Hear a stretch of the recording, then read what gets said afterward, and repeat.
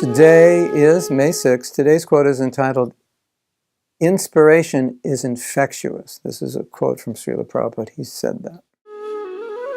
One of the best ways to enthuse others is to be enthused yourself.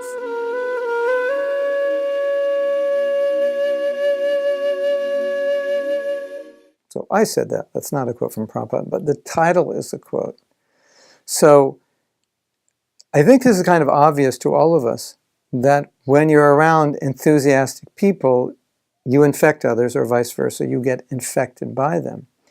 And when we're enthusiastic about Krishna consciousness, we infect others with our enthusiasm. And how would we become enthusiastic unless we're practicing it well? If we practice it well, if we have good sadhana, if we're sharing it, if we spend sufficient time hearing, reading from Prabhupada's books, if we chant quality rounds, if we get good association, then we'll experience the beauty, the depth, the, I don't want to say sense gratification, but the transcendental sense gratification, the transcendental pleasure of Krishna consciousness. And therefore, it naturally comes out of us.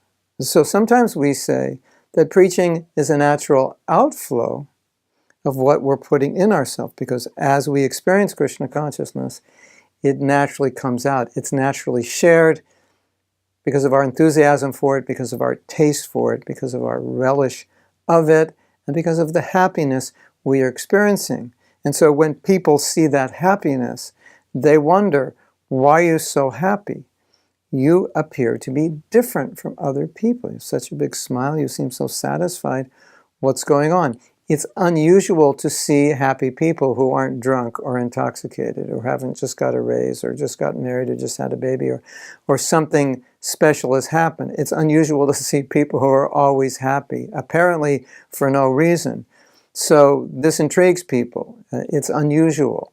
It affects them. They want to know, how are you able to do this? How do I get this? This is one of the most essential and foundational means of sharing Krishna consciousness. It's just to be it, because being Krishna conscious is infectious. Now sometimes we think we'll make strategy, we'll make plans to spread Krishna consciousness, which we should do, but don't forget that this is more essential than the plan, because the plans are just mediums to meet people, to share Krishna consciousness with, to expose ourselves to more people. But ultimately, they're being exposed to us. So yes, make strategies to expose more people to us, but if us is not infecting them with Krishna consciousness, then it's not going to work, just because we're in front of people. Something very Krishna conscious has to be in front of people. Now, another point, which is a side point, but taking off on the word infectious, Prabhupada said, prasadam is infectious.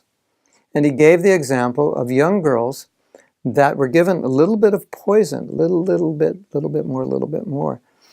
So they would build up an immunity to poison, but if they kissed someone, they would kill them. And these girls were raised by kings. And then the kings would send these girls to their opposition, to the kings they wanted to defeat. The girls would allure the kings, kiss them, and those kings would die. So Prabhupada said, in the same way, we become infected by prasadam, and we infect other people. He also gave the example of typhoid Mary. Everywhere she went, she infected people. So prasadam is infectious, seeing the deities is infectious, the holy name is infectious, the sangha is infectious, the hearing is infectious, the kirtan is infectious. So we are infecting people, but our example, our personification of what Krishna consciousness is, that's the most infectious, because that's what will convince people that this is something real, this is something blissful, this is something I would like to do. Hare Krishna. If you like this video, you can subscribe below. Also, I'd really appreciate it if you share this video with others, if you comment on it, if you like it, do whatever you have to click to share it, because I think a lot of devotees would appreciate getting these videos. I try to take our philosophy and put it in a practical way so we know how to apply it in daily activity. And this is one of the services I do. and I want to reach as many devotees as possible. If you can help me, I'd appreciate it so much. Thank you.